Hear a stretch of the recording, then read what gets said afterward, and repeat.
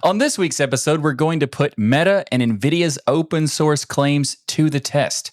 Welcome to Destination Linux, where we discuss the latest news, hot topics, gaming, mobile, and all things open source and Linux. My name is Michael, and joining me are my fellow AI-generated friends, Jill and Ryan. Would you like to play a game? I can do anything a human can do, but better. I feel like this is awkward and that I'm talking to fake people. Michael, But do that you might have have any been the friends point. outside of AI? But we are AI-generated friends, after all. Yeah. You know? But it said fellow, as in like, I said fellow, so I guess I am too. Anyway, This week, if you want a new trackpad, we're also going to be talking about how you can print one for yourself. Plus, we got some Linux gaming and our software spotlight and more. Now, let's get this show on the road toward Destination Linux.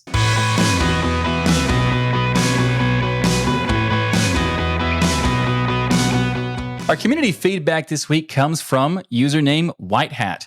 He says, "Hello, Ryan, Jill, Michael, and everyone else who's part of this amazing network.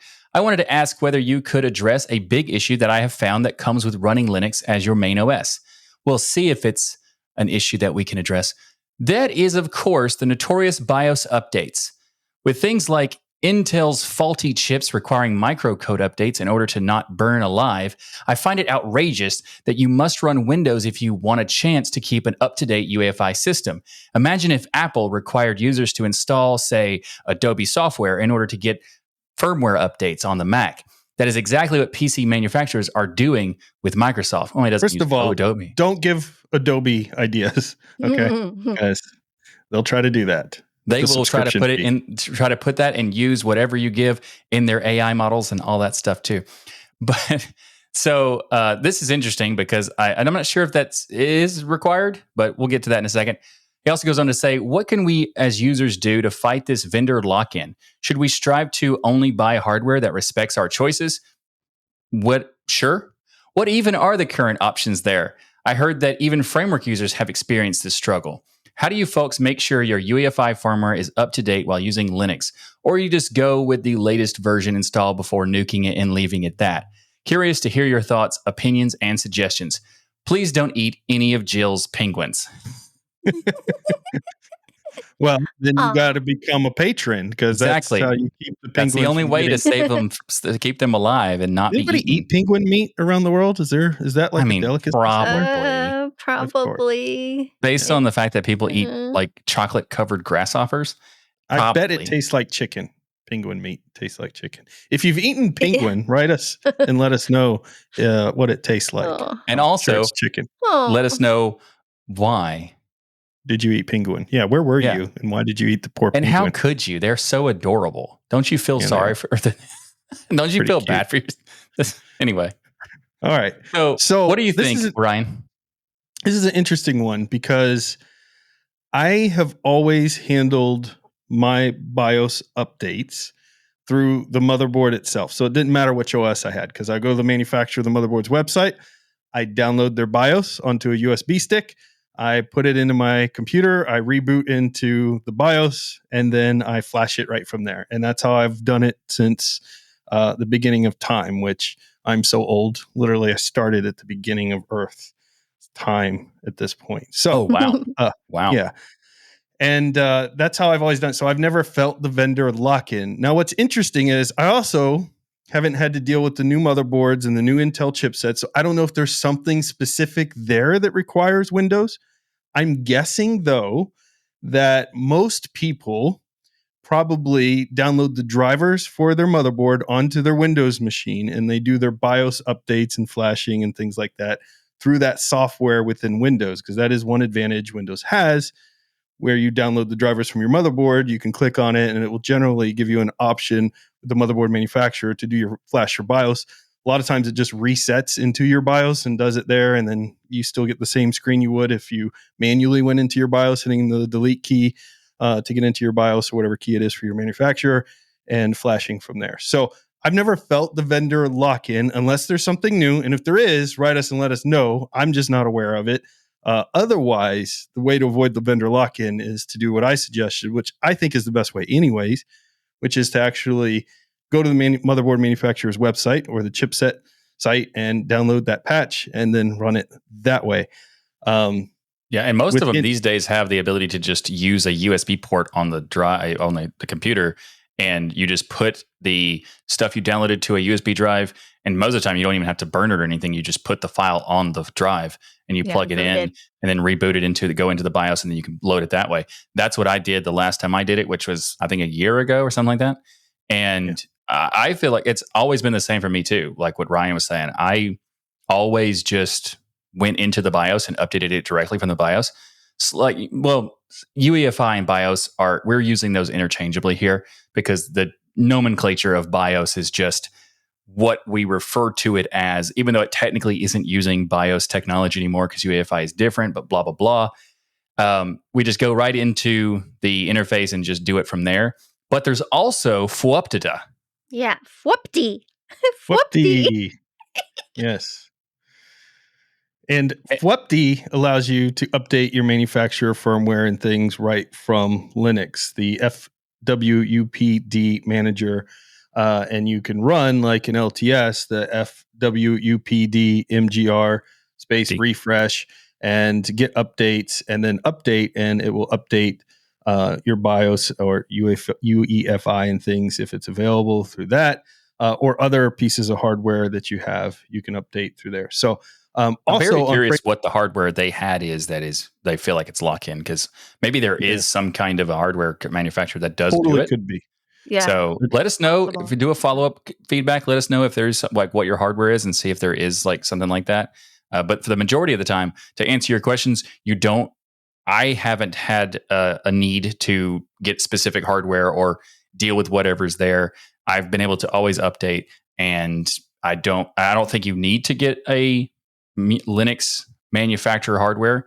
However, if you wanted to, that's still a good option. Yeah.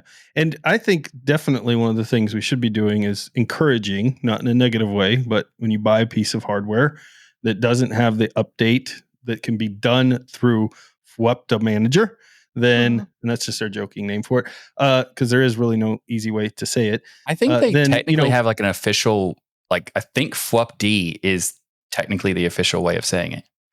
Yeah. But definitely reach out to the manufacturer and tell them, you use Linux and you would like them to put their updates in there so you can get all that done straight through Linux. But that option should work. And I'm looking at Framework's website, and it looks like that's what they're recommending. You download the BIOS on their website here, and then you use your tool to update it just like any other F2 to get into the BIOS, and then do your BIOS flashing there. So it looks like that works with most. Now, to your point of whether you should buy hardware that respects your choices, 100%. And I think that the best hardware out there right now, in my opinion, out of all the manufacturers, would be Frameworks. If I was going to buy something brand new right now, it would be Frameworks, because the right to repair pieces that they have, having held one of these machines at scale, having talked with that team, they're very passionate about what they do. What they do is very cool. It's very customizable. And of course, it's very, very repairable and upgradable on all aspects of it. So a lot of the Clevo based laptops you can upgrade and do some stuff with, but not to the level and the simplicity that you can with the Frameworks, where you can actually switch out your ports, change your ports very easily, like change plug your and keyboard play level, change your keyboard. And when a new motherboard and processor comes out, you can buy that and just install it and keep everything else the same. So it actually really reduces the cost of your overall ownership. And you're not going to really be able to do that very easily anyways. It's not made to with the Clevo. You might just get lucky and find one that happens to be compatible, the same size and shape. But Frameworks makes it that way. So to me, there's really only one option if you're wanting to, choose a laptop. In terms of functionality, that's brand new. Coolness. Yeah, and coolness is Framework. Yes, absolutely. There are other options that are also good, and all you got to do is just look to see if they have, like, if they mention support of any kind, like Linux or Ubuntu or just anything. And if it mentions anything like that, it's probably going to be fine, like an HP or a Dell or whatever. Typically, those are going to have good Linux support. So unless you get an esoteric style thing that only has Windows drivers and that sort of stuff, you should have a good thing with Linux support. But Also, frameworks are really cool, and they specifically make it to have Linux support, even though it's not like by default. They do make sure they put effort into making like Fedora work on it and all sorts of stuff. So I have to agree with framework. As much as it pains me to agree with Ryan, it's a pretty cool it's product. such a good opinion that Yeah, it is. even Michael has to agree. He has no choice. Yeah. So I want to thank you, White Hat, for your kind words and for writing in. And actually, I do feel your struggle because back in the day, we did have to use Windows on a lot of hardware to update it. And that was Intel motherboards, more specifically. Mhm. Now we just have a bunch of peripherals that are doing that the was same the thing. thing. And there's still some hardware with that annoyance. But pretty much from the motherboard manufacturer side, that's been taken care of. And I haven't dealt with having to use Windows to update a BIOS in years myself. And like Ryan, all my recent motherboards have an update utility from within the BIOS. And I personally primarily use ASUS, MSI, ASRock, and Intel motherboards for my builds. Even the latest Intel motherboards allow you to update their BIOSes from not having to be in Windows. But almost every, modern motherboard manufacturer now allows you to update from within the BIOS via flash drive image or over the internet directly. I've found a couple new ones that you just literally do it right in the That's cool. BIOS. Yeah. So that's really Because you cool. can connect in what you're saying, Jill, is there are motherboards. I've seen this too, where you can connect to Wi-Fi from within the Yes. BIOS, and then from there it Absolutely. downloads the driver and automatically installs it, which is very dope. Yeah, Yeah. that's very sweet. And some motherboards even have a BIOS flash button on the motherboard itself. And one of the reasons for that is when you reboot with a USB flash drive and you flash it, if there's a problem, you can hit the BIOS flash button and it'll reset to the older version. It's Yes, really that's nice. the big danger of doing those updates. Is they used to be like you would pray that you didn't have a power outage when you hit that flash, and now Yeah. there's some redundancy there with a lot of motherboards, not all of them, but so it's not as scary as it once was before, where it could brick your whole machine. So that's very cool that they've done that. White Hat, Michael, at the beginning you said that was their username. You don't know that that's not their real name, that their parents named them. Like, I Yeah. think That's that's true. insulting, and you owe White Hat an apology. I am very 'Cause- sorry, White Hat. I apologize immensely Yeah. that you could, in fact, be named named. White Hat. Yeah. It could be a surname, I too. would love to have a conversation with your parents and ask why. But Or just write us and tell us. Yeah. I'm Yeah, sure you've just asked let us them know. why. Yeah. By the way, Well, there are still peripherals that are Mhm. Windows only, unfortunately. Like I have this cool keyboard that I Yes. cannot modify in anything but Windows. And so I have just modified it one time with shortcuts that are like nothing ever uses so that I don't ever have to touch it again. So Oh, nice. that's, that still does happen, but, there's always going to be something that's esoteric or whatever. Yeah. Yeah. And White had asked us what we do in the case of for updating. And I always update my motherboard's BIOS before I even start a build. I just always by default. Because sometimes, if you especially you may have gotten a processor that supports that motherboard, but say you want to upgrade in the future. And then if you put that update in, it'll be compatible with the latest and greatest CPU, like AMD Ryzen's or the new Intel chipsets. Read So- those release notes. It's Yeah. a very good point. And as everybody knows, I am super into updating. So Yeah. The best. Yes. I don't even know if Ryan remembers this. Do you? That there was we were talking about something. Someone was wrong with my computer or something. I think it was like a RAM thing, and he was complaining about how my RAM was so old I should update it. And then in the BIOS, I learned that the version was like 2 years out of date. Yeah. That's why. And yeah. and then so I updated it, but I did it in the BIOS. So I know you can do that Yeah. There you go. on some And- hardware. Yeah. I did want to mention a little bit about FWPD. Yes, it's really, really come a long way, especially in the last few years, and allowing you to do firmware updates directly in Linux from a lot of major manufacturers, including all my Dell Optiplexes. All their firmware can be directly updated from within Linux thanks to FWPD. Also, System 76 Pop! OS has FWD integrated beautifully and will notify you when a firmware update is available if your hardware is supported. In fact, any modern version of Ubuntu from Ubuntu 16.04 onwards and its derivatives like Linux Mint have FWD built in. Also, FWD has been supported since Fedora 22, Debian 9, Arch from 2017, Rail since 7.1, and OpenSUSE since 15. Hey, So, Michael, do you feel like yay! Jill is like that student in class that's an overachiever? Like you raised your hand, you got called on first and you I answered, know. but then Jill raises her hand and gives all these details that make her answer sound way better than yours. And you're like, and way really? more informed. Yeah. I mean, Yeah. technically mine was right, but Jill has to we talked overachieve about on it, it. and then Jill just said, drop the mic She's on throwing us. out dates like Arch since 2017 and Fedora it's been 7.4. And then it's like, really, Jill? We don't need all of this. Nobody's taking notes about how good your answer is. Oh, It's too much. I'm taking It's too notes now good. because she said Fedora 22 and Rails 7.4, and you were not paying attention, so you failed this class. Darn it. All right. Well, I did used to be a teacher, so I still teach, actually. There you go. Yeah, She's still teaching teach us right now. Yeah. We've been taken to school. No, I love your detail, Joe. I'm teasing, of course. Always, we want you to write us. Send us in your comments. Go to destinationlinux.net/comments or destinationlinux.net/forum.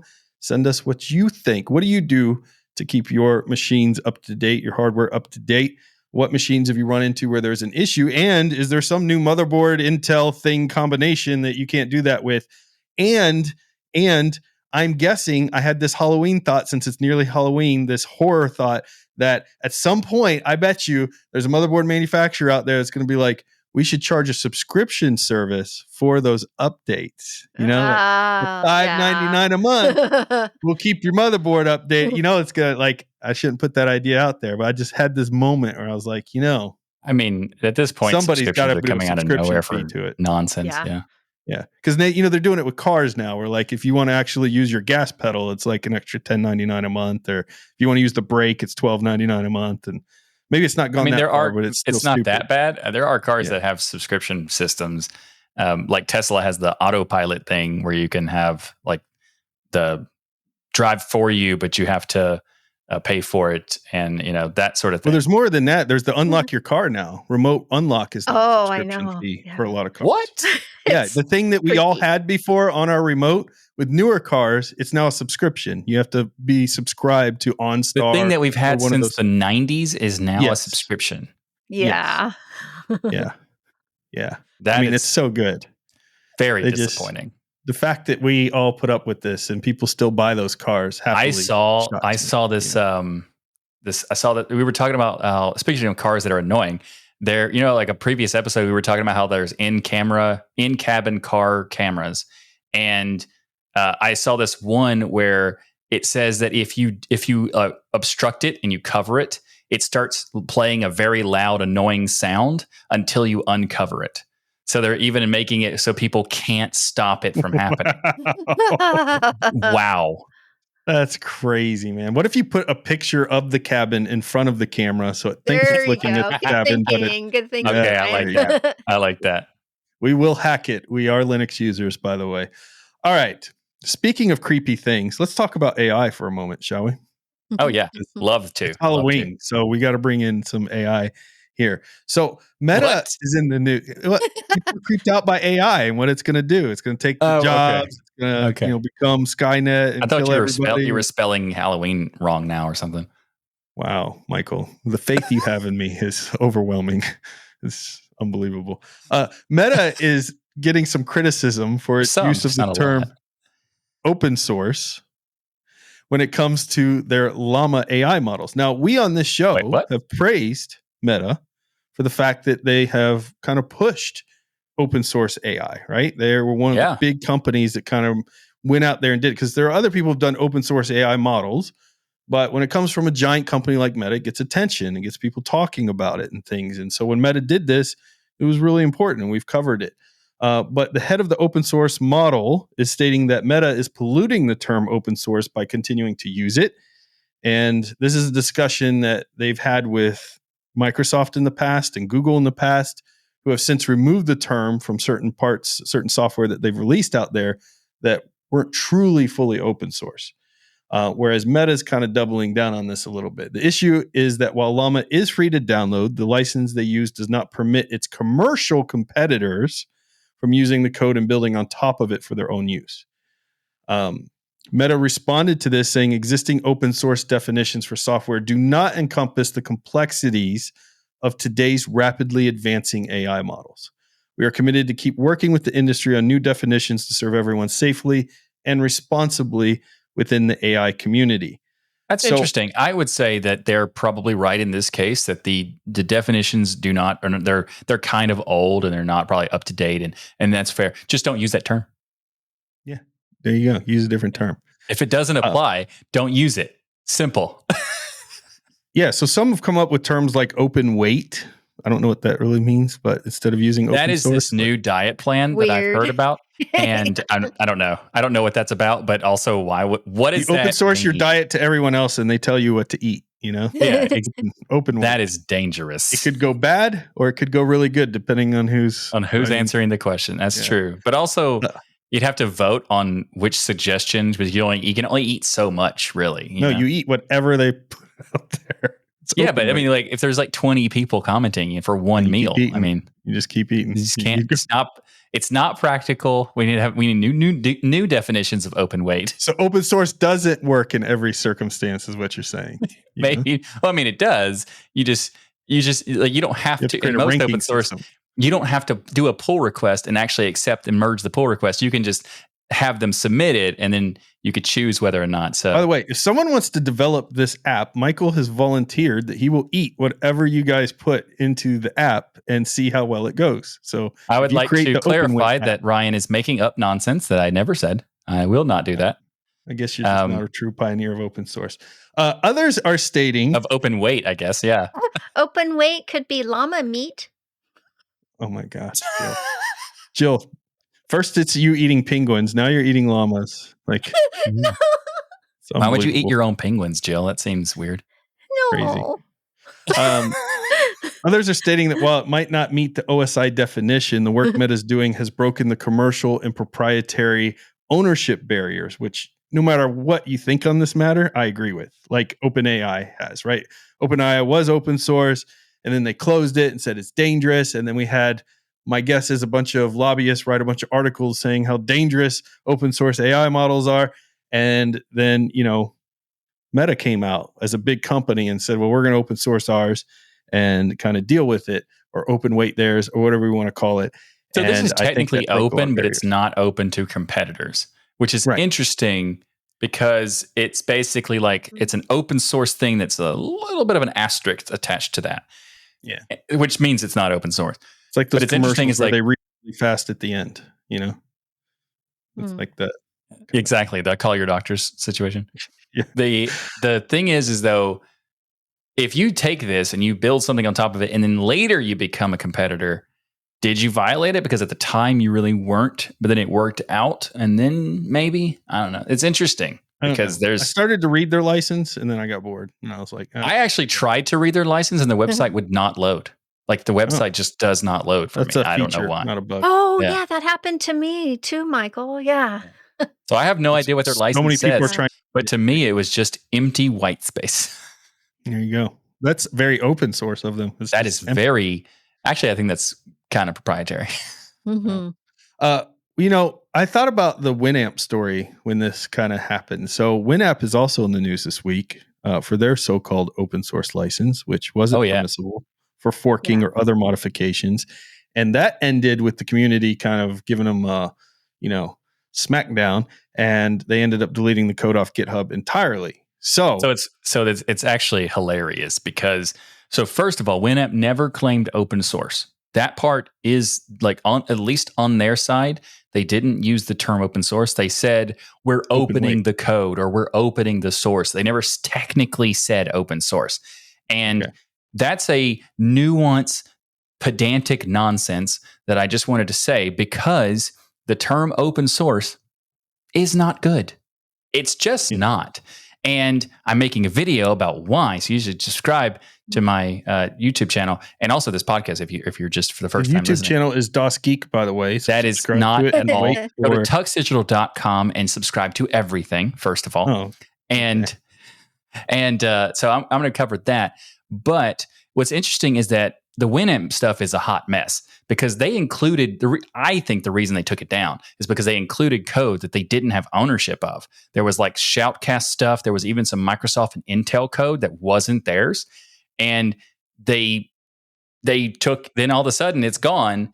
But during the process is that they didn't let you fork the software. They didn't let you distribute the code. And then when people pointed out that that blocking forking is not, it makes it impossible to even use GitHub. Then they made forking okay. Then people started forking it. And then they were notified, hey, you have code here that's not yours.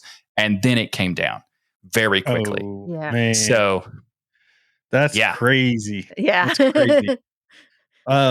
I think this is a really complicated situation. I understand those, from a meta standpoint, who want to protect the true nature of an open source license. Totally, 100% support that. I also believe, though, Meta has done a lot of good releasing Llama out there. Agreed. With free and open source like intent. Let's put it that way. It's open source adjacent. Yes. Yeah, open Yes. source adjacent. We need to have another term. That's that. Also, the term open has been like talking about how there's the open source model was talking about how it's polluting the term open source. The reason why open source is a bad term is because it has been polluted endlessly. It is it is But even if you already change too the bad. term, it's going to be polluted to something else. If you change the term to open weight, they're going to pollute that. Companies are always going to obviously. find a way. Yeah, to, if you use the word open in the term, it's going to the problem is that they're picking terms that are easily manipulated because they don't really mean anything, like open code and open core and open source and source available and whatever. They're all these kinds of things that are not specific unless you already know. That's why Libre software is the choice, I think, because it's hard to manipulate something that's a dictionary definition of Libre. Hey, don't give your video here. People have to I mean, that is basically the video, but there's a lot more to it. There's a lot more to it. There's a Go ton subscribe more to to Das it. Geek channel and learn. All right, Jill. Yeah. What are your thoughts on this? Okay, well, first I want to say what is something that both Meta and WinAmp have in common? Llamas. Sorry, I just had to put they that do. in there. Oh, Yes. They do. So if you actually the if famous you would have WinAmp. waited for us to respond, neither one of us would have responded that. Not at all. I had no idea where you were going with that. And now I'm like, duh, Yes. It whips the llama, We're WinAmp. Yeah. Yes. That's good. WinAmp. That's good, Jill. Okay. Or in the That- case that of really- WinAmp, that they really whip themselves. Yeah. That's an important contribution that you've made, Jill. And so that you don't one up our answers, let's move on to the next article. And no, I'm kidding. no. I'm kidding. How much research did Jill have on this one? No. Well, I feel like what Ryan said was spot on. Meta has done so much for the Linux and open source community. They really have. They, are some of our main sponsors at the Southern California Linux Expo. They have a big presence there. They've done a lot of very progressive hardware and software. so we love Meta. Yep. Thanks for Butterfest and all sorts of stuff. Let's not say we love Meta. Like, 'cause there's a lot of stuff Meta does I don't We love a lot of stuff that yeah. they do, but they also do a lot of horrible things, like Facebook. Like Cambridge Analytica stuff. Like and, all big your companies. privacy And also the security testing, issues. manipulating people on their feeds and stuff. They're actually have some horrible things they've done. But for the people who are Instagram's contributing cool, to the though. open source portion, we appreciate you. Absolutely. Yeah. There you go. And to me, the first thing I thought after reading this article is I really feel that the reason Llama AI is not completely open source is because Meta, like many other big companies developing AI, are waiting to create or to see which guardrails are adopted and standardized by the open source community, because we still don't have that unification yet. And once the thing is that you the know- guardrails will, and I think you're dead on, Jill. I think one of the things that Meta absolutely will claim here is we can't fully open source it in the term of open source, because if we do, then people can go and use it for nefarious purposes, right? yeah. And you won't have guardrails in place, and they can make all kinds of horrendous tools and things Although the out there people who using it. would do that kind of thing don't care about licenses. Exactly, So. Michael. Mhm. Exactly. So my point is, whether you're Very true. proprietary or you're closed sourcing it, it's going to get hacked. It's going to get out there. People are going to manipulate it. I do think it's good to have guardrails and have those defined, to your point, Jill, very well for open source, with the understanding that, like Michael said, there are people who will follow that because they're good people, and there will people who will hack it to pieces for fun, and that's fine too. And then there are people who will do things nefarious with it, and no matter what, that's going to happen, because that's how people is. That's how Sadly. people is. Sadly. Yep. Very Speaking good. of how people is, Yeah. So this is an interesting news article, Michael. This is hot off the press. So we are literally. hot off the press. This is one of those things that could change potentially, like the explanations, the definitions. So let me put it out there that we are covering this as we learned about it. Like Michael wrote it. I sent it in a link while I was at work. Like I was coming home from work, and I said, Michael, try to get this into the show. And he wrote it out. And that's all we've done research wise. We haven't had time. About 30 minutes of research to get it for the show. That's how much we had time to do it, because that's how breaking news, this kind of thing. Although we record this ahead of time, so when you actually watch it, it'll already broken. But whatever, that's just how editing time works and that sort of stuff. So, Okay, so how this story has progressed is essentially people who are maintainers who are in Russia based on their .ru email addresses have been removed from being able to maintain the Linux kernel. yeah, They are no pieces of longer the kernel, allowed to access it.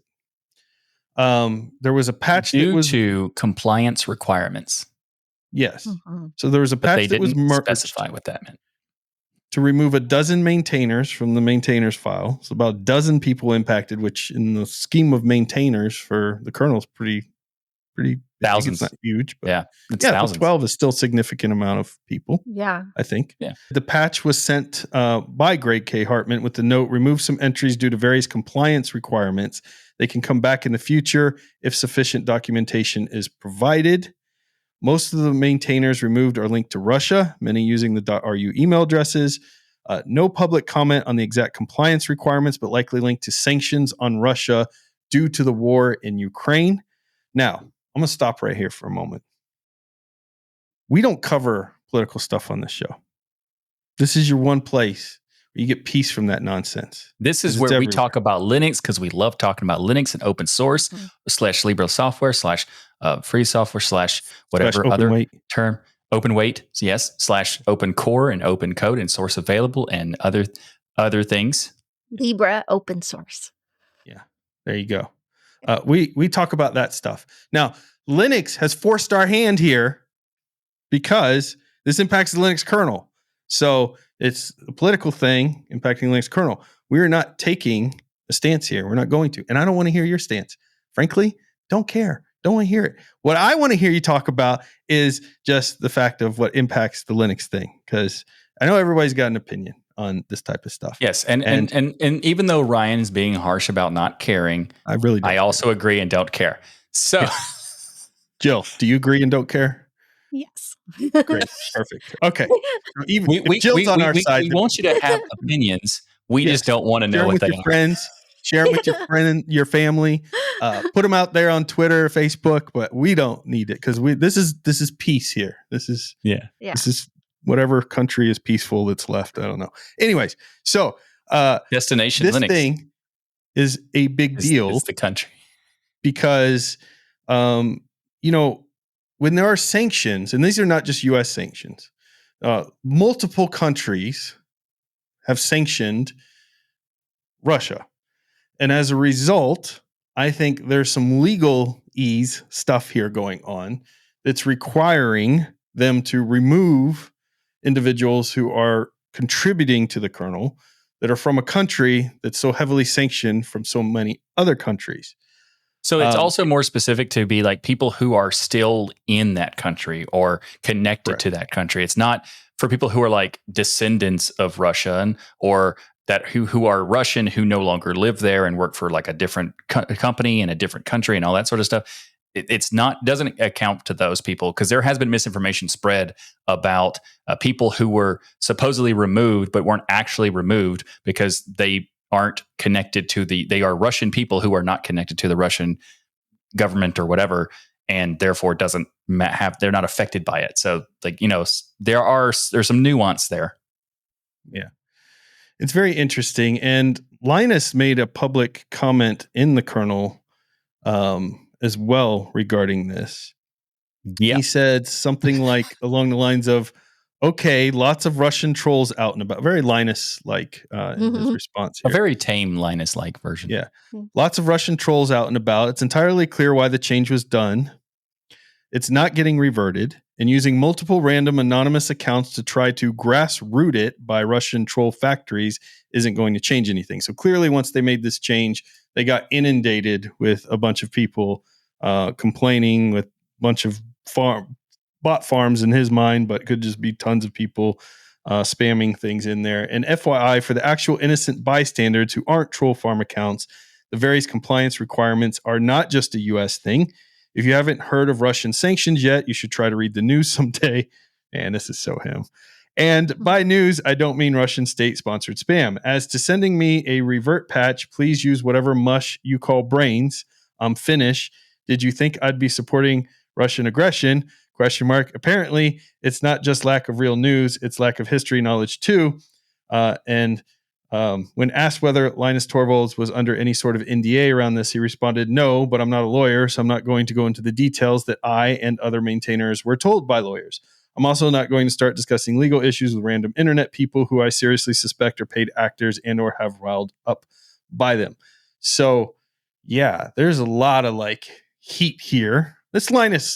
Linus gets mad over everything. If you send him a bad patch with a missing comma, you're probably going to get an email in a similar tone from him. Well, I mean, so here's the thing. It's been so long since Linus was actually like under fire with the way he responds. Because I don't know if you remember it, but there was a period of time where Linus would be very ruthless, and it was it was even like a example of how mean the community was and all that sort of stuff. And for years now, he's been super tame. And I have to assume that this was proofread by many people to remove whatever stuff that was there. He really was going to say, yeah, because doesn't he have like people who proofread his emails because him trying to be nicer? I remember him saying that at one point. There was a thing about automation of like tweaking whatever words he would say and like make it more kinder. Nicer. Yeah. I don't know if that's still a thing, but it's been so long that it feels like this is now like a snarkiness that does seem like Linus. It's just a more, a subtle, a mundane, not mundane, but like a more tame, timid version. Here's the rub. Much like this show where we tried to be like, hey, we're not involved in the politics. We don't want to hear about them. We're not going to talk about them here. A lot of people expect Linux to kind of be that same way, right? Where it's just, hey, if you're a contributor and you're doing some good code, give us your code. We don't care who you are, where you're from, your background, whatever. Just give us good code and we're going to put it in there. And, those things. And now that this is happening, it does create this situation. Now, I wish he would clarify that, hey, this is absolutely has to be, we're being told by governments we can't distribute Linux anymore if we don't do this because of the sanctions. Because generally sanctions are about a product. Like you can't ship this phone to this country because we're banning anything that we make in these countries to go to this place. And that's kind of how some of those sanctions work. I'm not sure how that works in the software world with Linux, which is open source, by saying people are sending maintenance requests in. Now, if it's that he's getting a bunch of maintenance requests that are actually nefarious from Russia, meaning they're trying to send a bunch of code in and it's all to create backdoors and all this other stuff, then he should clarify that and say, hey, we have to shut this down because we're getting a bunch of crap code requests. Plus, there's these sanctions. But none of this is very clear. And I feel like, honestly, they're making a mistake here, as much as I like Linus and Greg K. Hartman, by not being explicitly clear of, are you taking a political stance? Were you told explicitly not to do this because you'll be held legally liable for it? Or what is the real reason why you've taken 12 maintainers and removed them from the kernel? Or did they do something nefarious? So to me, this is actually not the right direction. Thing. Yeah. Like, I agree with your point. It's like it does feel a little off, like a little bit, not sketchy, but like it just feels kind of odd. But because of the whole idea that, you know, as long as you are giving good code, the good code that be all that matters, right? But I also feel like there's a precautionary aspect here because there could be ramifications that happen because the Linux kernel is not just, you know, Linus and Greg KH. There's also, like, the Linux Foundation is a US-based organization. There's Red Hat, which is US-based, Canonical, which is UK-based, SUSE, which is Germany, and a bunch of other ones that are all are in countries that have sanctions. And it could impact them just as much. And maybe this is just precautionary just to kind of like, just in case, here's the thing we have to do. Don't you think you should be really clear with that if that's the situation versus kind of this more like, I don't know, political stance that he's taking a little bit. And even in his comment, it's a little bit political, right? Maybe he feels he needs to, you know, talk to the authorities and the lawyers or whatnot first before he kind of says that at one point. Hey, I'm not a lawyer and I'm not going to go into detail of maintainers that we were told by lawyers, which makes me think this is something they were told, like, hey, you know, because of these sanctions, you could be in trouble if you keep doing this. But I think that's what they need to come out and just say. Like, if Samsung pulls their phone from whatever country, they're going to tell you, hey, we had to because XYZ. Or we felt, I mean, that's fair to say, like, to give a basis for why they're doing it. I think it is fair to say that they probably should, at least if they were told to, even if it's just precautionary, like I'm saying, and it's not like they're required by a government, they could just say that. And that wouldn't necessarily be, you know, making it okay or making it people being happy about it, but at least it would explain what is happening. And because there are a lot of great people that are stuck in countries that do not agree with what their governments are doing. And they're just existing in this thing they can't stop.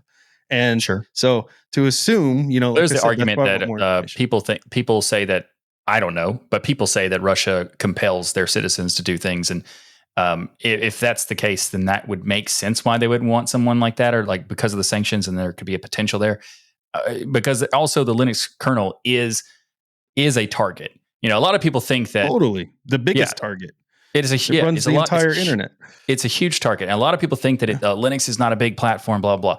Linux is literally everything except for the desktop. It runs the majority of everything else.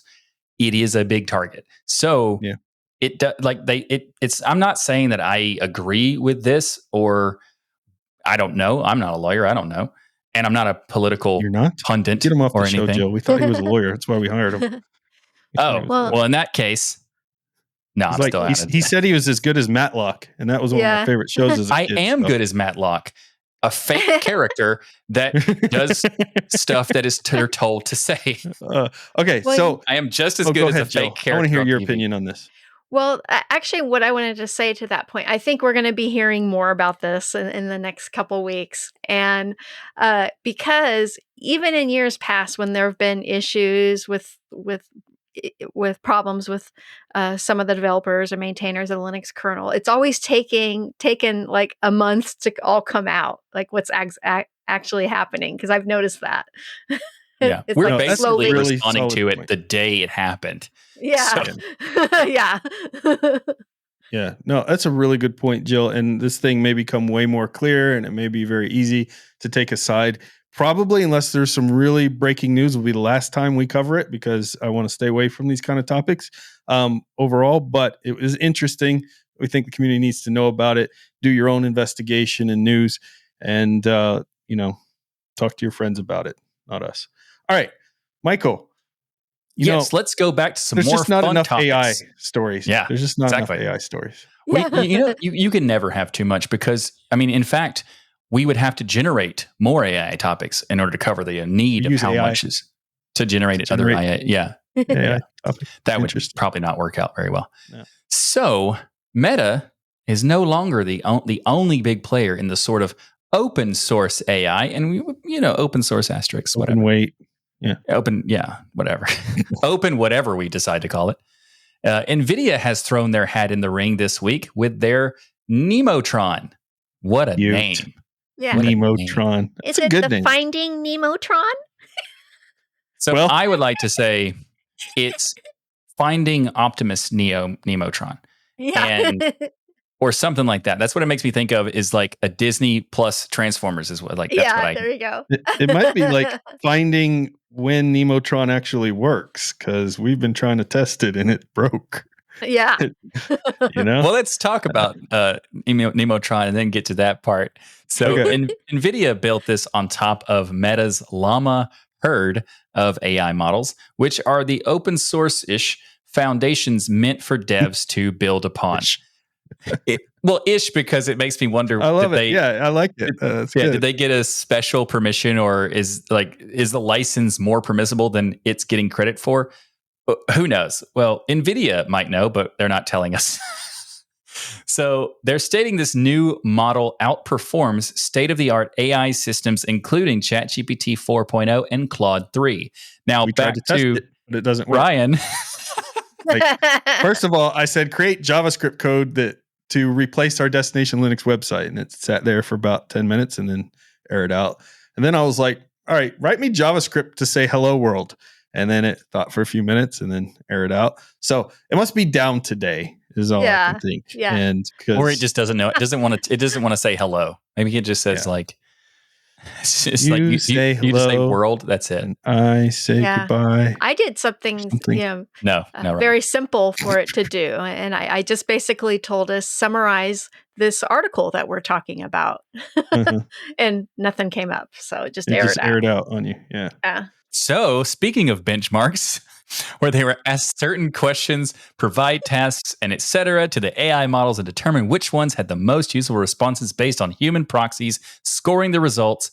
Apparently, somehow, this thing worked for them and is better. Yeah. Than GPT-40 and all the other ones out there. The Llama model is using hundreds of billions of parameters to tune on, while GPT-40 is said to be using 1 trillion. But yet the benchmarks on this Llama model, when it works, apparently, made it actually more accurate, they said. So this is why I think this is interesting.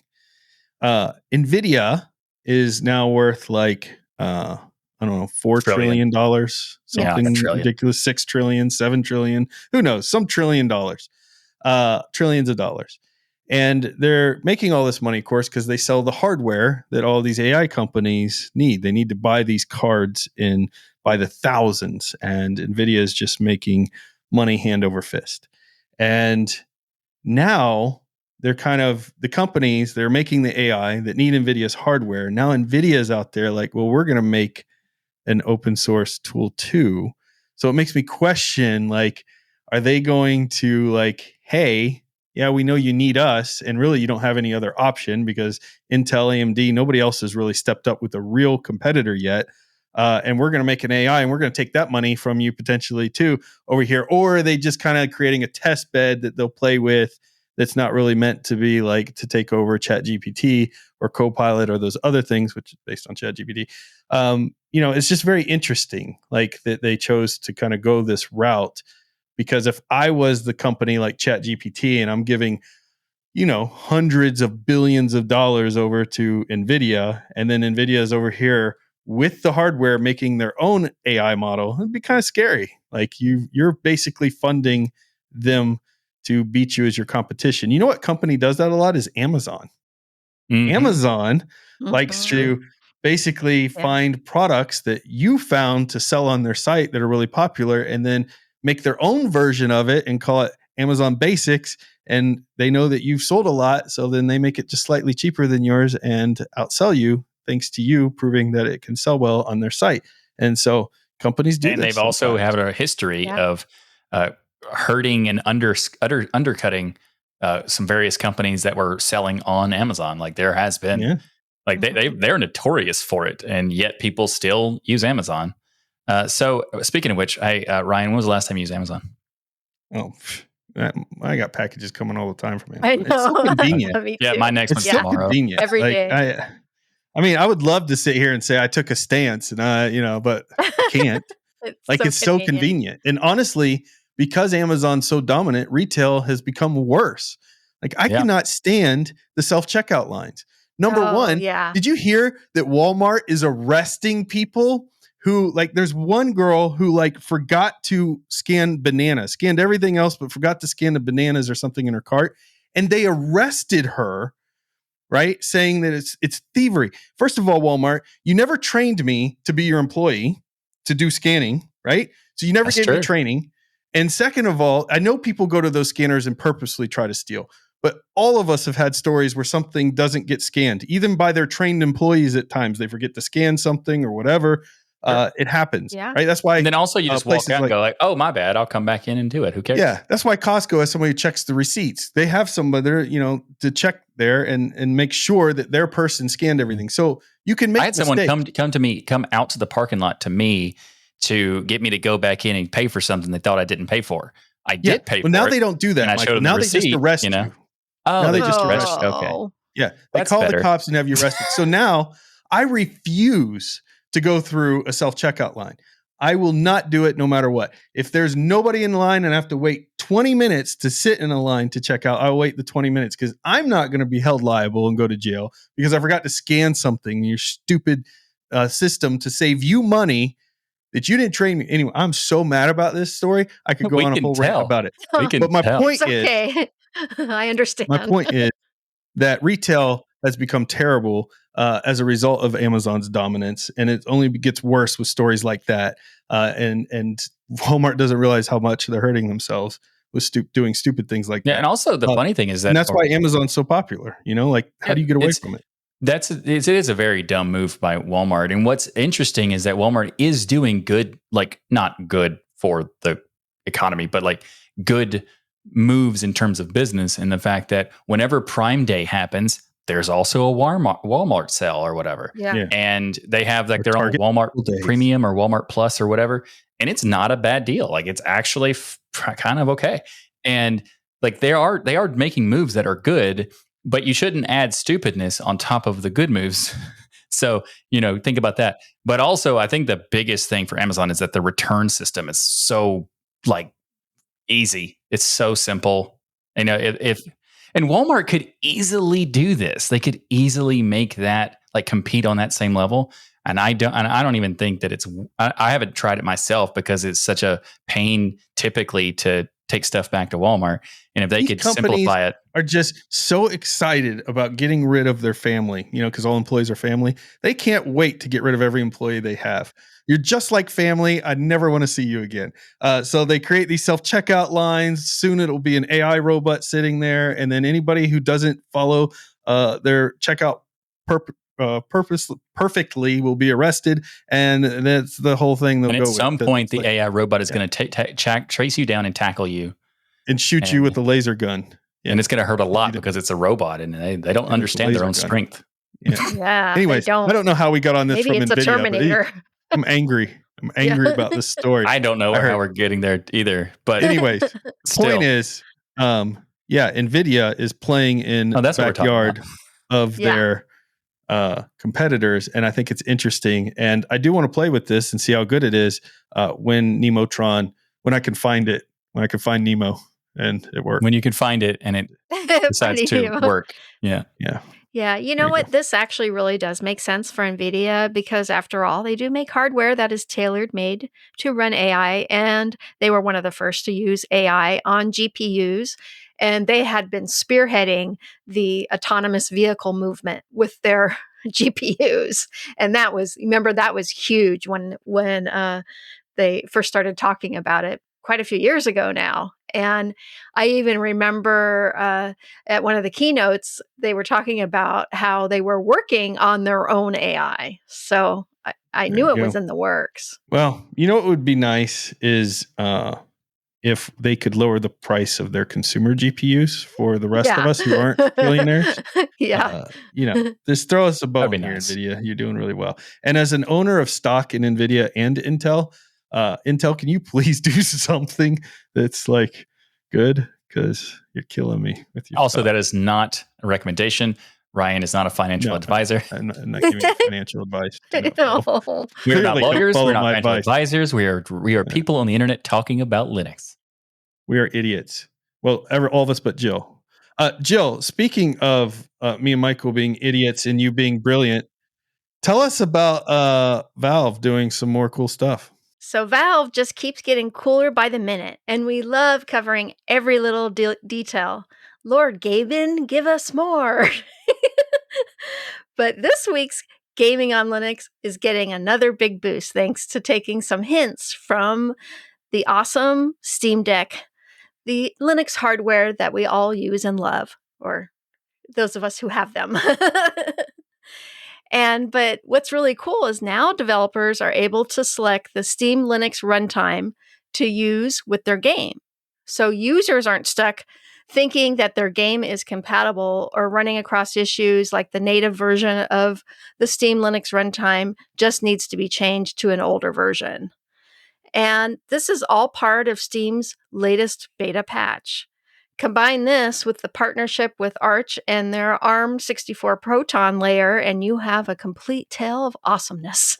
Yes, you do. Man, This is very Valve just keeps getting better. Valve keeps getting better. So I love the fact that it's not just Proton. It's actually native Linux gaming native. To make it, to make that better. And that's fantastic because a lot of people in the past I've seen in the community talk about how they like Proton, but they would wish it was native Linux. And Valve is working on that too. So that's awesome. So Valve just keeps, there's competition out there for Valve, but they just keep mewing the competition. What's mewing? I just did it. You have to watch the video version. No, do it again. That's what kids do these days. They mew. Michael, you need to get down with this generation, man. You don't know what mewing is? Man, that's just sad. It's you got to show off your jawline. It's called mewing. You tell people to shh. You're not interested in what they're saying, and then you show off your jawline, and that's called mewing. Yeah, it's a thing. Michael. Okay, Ryan is Riz. Since Ryan is so hip and everything, totally. And he's so bussin' and so bussin'. Yeah, exactly. Why is it called mewing, Ryan? Because it's what mews do. Kitty cat mew and meow and cats definitely point out their jawlines. I have no idea why it's called mewing. Yeah. Why is it called Riz? I don't think they need charisma. They don't even that makes sense. Yeah, it does make sense. Oh, charisma makes sense. Bussin'? Not really. I think it's just because they mispronounced bustin'. We have this thing called the internet we can check. Why is it called mewing? Mewing is a form of posture training to improve jaw and facial structure. Oh, so you got to come from here and show up. So I don't know why it's called mewing, but apparently it comes from an actual exercise you can do to improve your jawline. So that's why it's called mewing, I guess. But what thing? You can't all the change kids do it now. Okay, first of all, that sounds like nonsense. That like an AI generated nonsense thing or something. That was probably like a Google AI result or something. I only use start page, so. But whatever AI gibberish what was, because it doesn't even make sense. It's this because of this exercise you could do to change your. What are you talking about? Your jawline is made by your bones. You can't just go and change just by doing exercise. You can make the muscles in your jaw stronger and make your jawline. They also have these things you chew on to make your jawline stronger too. They might make your jaw stronger, but it's not going to change the structure of your face. You'd be like that 007 guy, Steel Jaw or whatever, the one I'm talking about. Oh yes, yeah. There's that guy. He could mew really good because he's got a straight jawline. With the whole thing. Anyways, my brain going around in circles trying to remember what he's called, what his name is. Back to Valve being cool. Lockjaw? Oh, yeah. Is that it? Yeah, Lockjaw. Isn't that the He-Man version? He-Man had the character in it, the bad guy that had the steel jaw too. That's right. Yeah. Yeah. Yeah. Clap I jaw. think we're going to be in this endless loop. Not if we don't continue. Claptrap.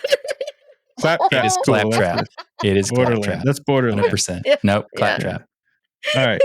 I'm Jill, making get us. it. We don't know what's veto. happening anymore, and we're already Yeah. over an hour. So take us into our software spotlight. Okay, will do. This is an awesome mobile app focused on privacy. The app I thought you is were going to say called mewing. the app is called Orbot, and it's a virtual private network for your Android device that uses the Tor network. The Orbot app makes getting Tor easy to set up on your mobile device and claims it uses encrypted traffic from any app through the Tor network, which gives you the highest standard of security and privacy. And no extra eyes know what apps you're using and when, and it can stop you from using them. And there is no central logging of your traffic history or IP address by your network operator and app servers. This is awesome. And this means you can choose which apps you want to run through Tor. And you can also host onion services on your device, which is way cool. And you have a choice of bridges to connect through. But the best part about Orbot, though, is that it is free and open source, so you can check out how it works yourself over at GitHub and at GitLab. And Orbit is available from the Google Play Store and from F-Droid for Android or from the Apple App Store for iOS. So this is just sweet. Very cool one. I like that you can set your apps to run through it. Yes. Which a lot of people who put specifically not having to do the VPNs entire thing. You can do like specific apps. Yeah. That's cool. Yeah. Yeah, it's not just a web page or just the websites you visit, but your apps you can. And force also, them to people run. keep in mind that Tor is not an instant protection of privacy and everything. There are nuances, and if you go to the Orbot website, it says here, click this place to, like where Tor explains how to use it properly. So Yeah. Absolutely.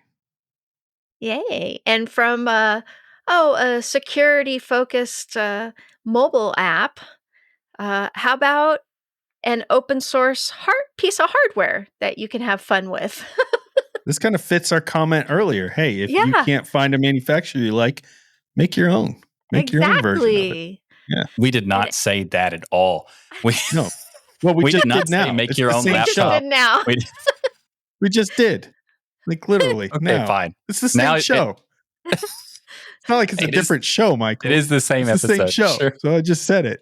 Okay, fair enough. Jeez. So as you begin thinking, about improving your jawline, so think about it every day. As you begin thinking about presents for the holidays, which is right around the corner, oh my gosh, perhaps that's actually true. Finally, yes, perhaps a 3D printer should be on your list. Yeah. If you needed yet another reason to get one, our tip this week is if you need a trackpad, just print one. Woo-hoo! Wait a minute. You wouldn't print a car out, would you? Yes. I think that would be cool. Can I? Remember that commercial? The FBI was like, you wouldn't download a car, would you? You wouldn't download a car. Yeah, I would not steal a car. 100%. I would download one.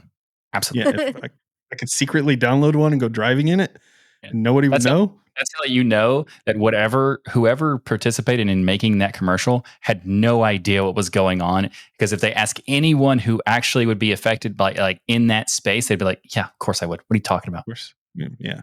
Yeah. So speaking of printing trackpads, that's right. The team over at Ploopy has made their Raspberry Pi powered trackpad and build files completely open source. Come on, guys. Did you really need to name it Ploopy? Yeah. That means you can program a PCB, print a housing, and have your very own custom trackpad. Pretty awesome stuff. Additionally, my own Ploopy. Yes, I call it the Ploopy pad. So additionally, if you want to support this cool company and just want the Ploopy trackpad built for you, you can order one from Ploopy pre-built for $94 or a do-it-yourself kit with all the parts for just $74. Cool companies deserve support. And make sure to check out Ploopy's other great products that you can buy pre-assembled or as a kit you can build, like their trackballs, mice, and even a pair of headphones. Nice. But the Ploopy I've pad, actually heard of the trackball one from Ploopy, and I laughed yeah. so hard the first time, and it doesn't matter. Like every Man, you time are such a 5-year-old, Michael. So You're you such remember a 5-year-old. I laughed the first time I heard it, which I don't know, it was like a couple months ago or something. a couple months ago? And now Yeah. I will laugh exactly the same I hard just because can't wait. I That's such a know. silly name. I can't wait to So- print one of these out and go into the living room with my wife and family there and go, I made a Ploopy. Yeah, I made a Ploopy. And then like Ploopy pad, like puppy Yeah. pad. I know. Well, it's so funny, Michael, because it was a few months ago in the after show. I put the link in our Discord chat Oh, yeah, about the exactly. Ploopy. Yeah, and that was because that Which was the if you first would time. like to join the after show, Yeah. you could become a patron and go into texters.com as membership. Back to you, Jill. Yeah, no problem. So I was telling Michael about the Ploopy mouse and the Ploopy Well, if you don't like it, just say it, Jill. You don't have to call it names. If it's not a good mouse, then If you don't the like, why are you mouse calling and it Ploopy? what a dumb name. Like I love everything they're doing here. This is incredible. know, I'm going to create one of these. I have a 3D printer. I love this thing, but Ploopy is a stupid name. So here's the thing. As a marketer, I agree. But there is a little slight tweak. You could say, if you're going to make a terrible name for your brand, make it so bad that it's funny and people remember it. Yeah, This they did is, that. I forgot this existed. But then when she started talking about the other products, like, oh yeah, there's a trackball, because I remember this conversation because of how silly this name is. But at the same time, that is about 10% value. And if your brand was not ridiculous, it would be not a bigger value than like a 10%, because why? Insert poop emoji here. Sorry, it Jill, just reminds me please. You're supposed to No, keep no, us. Ploopy. You're supposed to keep us on track. Here you are. Jill, yeah, you're going off the rails. We got to get some more AI guardrails on here. But Yeah, also, we do. it's a ploop emoji. Oh my god! Oh, Both very of you true. Very true. both of you are just But truthfully, acting like a bunch of poop heads. this looks Ploop heads? actually the Ploopy trackpad looks very easy to put together. They have very good instructions on their website, and It's how very to, cool. Like Yeah. the idea is cool. The name is not, but the idea is cool. Yeah. It is. It sure. I want to is. make it, but then I don't want to tell anybody about it because then I have to use the name. What'd you make? A Ploopy trackpad. So why'd you make it? Just go buy one. Oh no, it's like you print it. Well, also it's Anyway. funny because it's like in order to make it yourself, it's $20 cheaper than if you just bought it from them. Yeah. Like that. Hey, Michael. We got to close the show out, but before we do, let's talk about Ubuntu Summit and all the cool stuff that's happened there. Oh, Yeah. absolutely. So the Ubuntu Summit just took place as you're watching this show. There's probably some really cool stuff that came from it. We don't know what it is because we're recording it before it started. So you're going to watch it after it ended. And that's just how time works. Next week, we'll know. Yeah. Really? Next week we will We've know. been put in a really ploopy situation here, but we will recover next week. But you'll find out soon enough. Yeah. There's only a few days left for you can submit a talk for the next Scale conference. So if you want to submit, check out the show notes for a link. And we're looking for a sponsor for Scale. We will promote your company on our streams, and you get the warm, fuzzy feeling of knowing you got DL representing you at Scale, mostly Jill representing you at Scale too. It's mostly for think Jill. about that. Imagine Jill representing you with the hat at Scale. That's a good deal. That's Come not a join Ploopy us deal for the at all. Southern California Linux Expo. By the and way, we Ploopy, We need help if you want to running a sponsor booth us, too. If you want to, we will talk about Plooply endlessly for you. Ploopy, by the way, if you want to make this a golden marketing opportunity and have us wearing Ploopy shirts and Ploopy hats Yeah. and Ploopy everything when we go to Scale, like you could really turn this Ploopy into something. Mhm. This is your chance. You have an opportunity here, Ploopy. Yeah, And it's golden. we're not giving you this opportunity just because we are enjoying using your name as a joke, but we are also doing that. But it is a fantastic opportunity. It's a golden Ploopiness that you could. Yeah. You need to send this episode to Ploopy, Michael, and tell him like you need to sponsor us. Like you can't. It's too good. You know. Yeah, and they It's really can too good. sponsor our raffle so we can raffle off some We could give away Ploopy Ploopies. hardware. Yeah, I like it. We should Ploopy kits. give away some ploops. Yeah. Is it called ploops? Do they call them ploops? We'll see. Ploops, Michael. Really, Michael? I don't know. Maybe they do Ploops? call them. Maybe they call Oh their my individual God. items ploops. It's like a collective. We're shutting the show down. It's over. A big thank you to each and every one of you for supporting us by watching or listening to Destination Linux. If you have kids in the car, I'm sorry. They're probably dying laughing right now. It's the first time they've really tuned in to the show because the whole show is about Ploop. And now you've got fans of the show. Ploopy trackpads.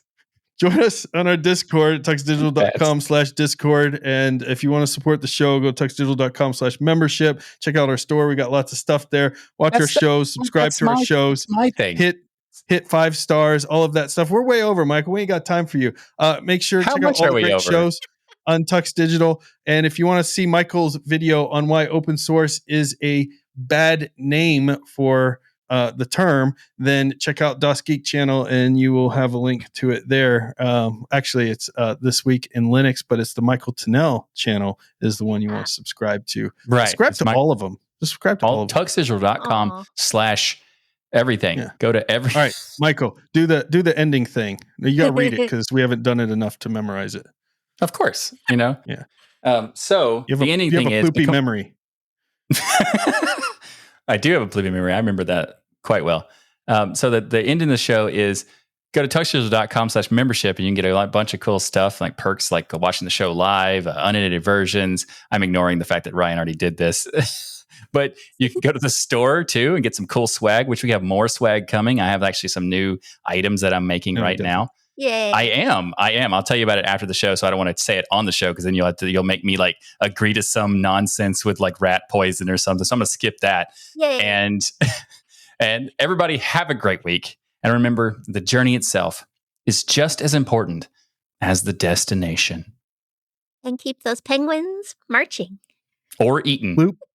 Ploops, Michael? Oh, no. Ploops? Penguins. You had Ploops? The ploops? The Ploopy. Oh, okay, you're right. I should address that. Everybody have a great week. And remember that the Ploopy itself is just as important as the destination. The destination's always the same. It is the same. We love you all and Ploopy It's your too. desk where the trackpad goes. People, get your mind out of the gutter. Come on. All right. Bye, everyone. See you next week, everybody. You probably already left. If you're here, I'm shocked. Like, why? A bunch of children on this show. Ridiculous. We are so ridiculous. Man.